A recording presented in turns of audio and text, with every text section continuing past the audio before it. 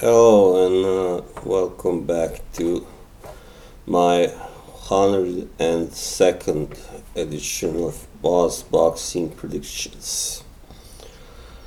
Well, yes, finally we have got something to talk about this next weekend, or I have anyway. And yes, we are going to start with a fight at flyweight, right? Yeah, no, sorry, super flyweight. Juan Francisco Estrada, the very good Estrada is, who earlier this year has taken the WBC super flyweight title from the formidable Axel Langek. Now he's making his first defense against a guy called Beamon from United States.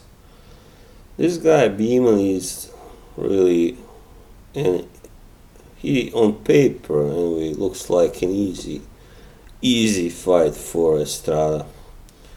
Even though he has captured a couple minor titles before. This guy Beamon, he beat Christian Esquivel, who we know is a kind of a fringe contender in the bantamweight and super flyweight divisions. Well, anyway, this guy Beamon, he's got 16 wins with 11 knockouts and one loss and one draw.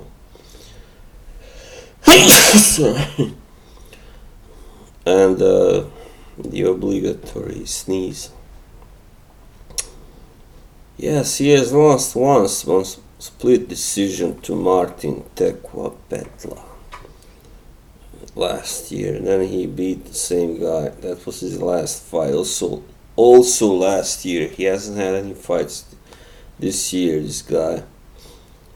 So I guess it should be an rather easy night's work for Estrada.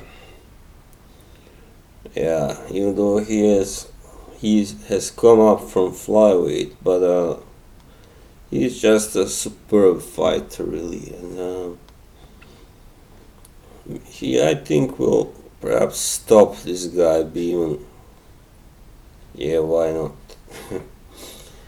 I can see that, but he wins anyway. And well, maybe a stoppage in eight rounds or something would be rather reasonable to expect. Well, that was about that fight. And then, yeah, which one shall we take first? Well, Brandon Figueroa, the undefeated super bantamweight. He is the interim WBA champion also. He's fighting a guy called Javier Nicolas Chacon,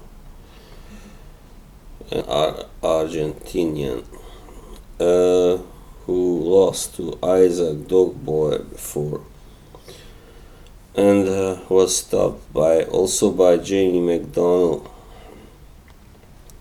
So, and by Anselmo, he lost to Anselmo Moreno. So this guy has some experience, one can say at least, Chacon, while but this guy Figueroa, he just looks really good. I mean, he's knocked out guys like Oscar Escandon, Moises Flores, and Jonfred Parejo.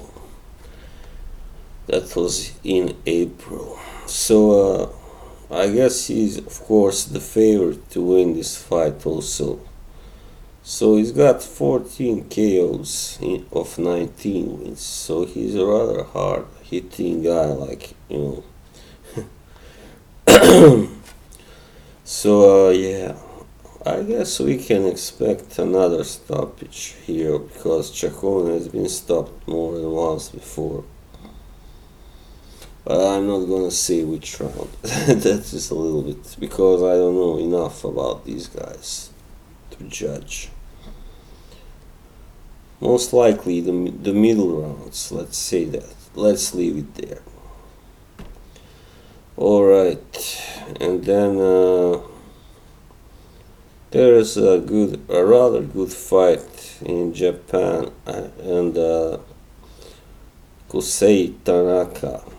He's like the new star from Japan, also a flyweight. Well, he's a former light flyweight and minimum weight, so he's won the WBO title in all three divisions: minimum weight, light flyweight, and now the flyweight. So he's fighting Jonathan Gonzalez, who is from Puerto Rico, and well, this guy is, I guess, a rather solid, I guess a decent fighter, but he has been stopped or knocked out twice already, and yeah. So Tanaka is perhaps not a huge puncher, but he does have some power. He has stopped his share of the guys before. Moises Fuentes, for instance, Vic Saludar, yeah. But I think this will perhaps go the distance, more likely. I don't know really, but that's my prediction. I think that that Tanaka wins on points. Yes. And then yeah, one more fight before the big one. John Riel Casimiro, a fighter that I always liked, by the way, because he's so exciting to watch. He always can, bring a good fight, and he's a puncher, so he always has a chance of a knockout scoring. Like when he knocked out Amnat Ruenroeng, that was really, really great. But since then, he has lost one fight, which was a rather big upset to Jonas Sultan, who is just, well, his record anyway suggests that he is not a world-class fighter. Wow, here comes the sun. Now I'm starting to look like an alien. Yeah, so Casimiro is fighting Cesar Ramirez from Mexico, who only fought Ryan Burnett, I guess, of significant fighters before. He was decisioned by Ryan Burnett. So this guy, he was stopped once, very long ago. I mean, in the start of his career. This guy Ramirez. So yeah, but this guy Casimiro, he really can hit. I mean, and he scored a knockout in his last fight on 20th of April, and against a rather decent fighter. So he now holds the interim WBO bantam title. Casimiro, yeah. Well, you never quite know what you can expect with him. That's the problem. I mean, he's been very good, but then he has lost, well, that fight to Sultan. So,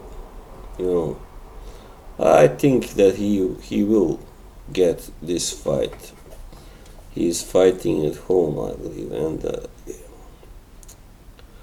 So I don't know, I guess one can also expect a knockout to happen here, very likely, but it's not, it's not given, but I think so.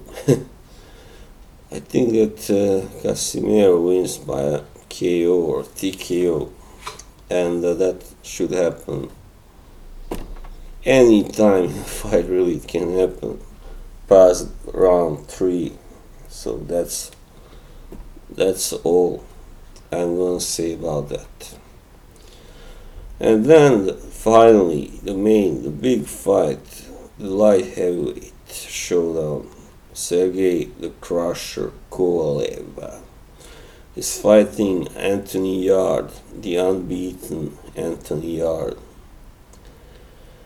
This is one of the biggest fights at 175 of this year, definitely. So Kovalev has just reclaimed his title from Eleider Alvarez in this February, and but still, the guy is 36 now, and you really don't know what to expect from him. I mean, but I don't know really. Yarde doesn't have a record that's exactly stacked with big names. I mean, that may go against him, and may not. I mean, the guys are equal in height, and both carry a big punch, of course. Yarde has won all but one of his 18 victories by knockout fights, sorry. But can he produce the upset here? Well, that is the big question. I believe he can, but it depends really how much Kovalev has got left in him, really. I believe he's still maybe the best light heavyweight right now. Of course, there is Alexander Gvozdyk also, and a couple of other guys perhaps. But Marcus Brown, he's just lost to Jean Pascal, so he has gone down, slided downwards in the rankings. Well, this is what I do know is this fight is very good. I mean, this is very important that fights like this get made, because we don't want. There is already enough of bullshit going on in the heavyweight division, with all these champions and big names avoiding each other, like Joshua and Fury and Wilder, and this is I think it's great that light heavyweight and this division doesn't always get the credit and the attention, the spotlight it deserves, definitely. So whatever happens, it will be a really good fight, I believe. And if Kovalev wins, then he will only cement his legacy, which is already rather cemented. But if Yarde wins, then it will be a great thing, like a passing of the torch. The new younger guy takes over, the older guy goes and perhaps retires maybe. If you wanna hear my prediction, I think it's very likely that Kovalev will win, but I think he will look to box like he did against Alvarez in the second fight, of course. He knows now that if he just goes out there and swings and tries to knock out his guy, that he can experience the same thing that he experienced against Alvarez. So I think he will be a little bit more careful, at least. So yeah, both guys can end this fight with just a few punches. That's clear. But we don't really know. His chin hasn't been really tested, So yeah, I'm gonna say that I still kind of favor Kovalev to win by a decision, perhaps.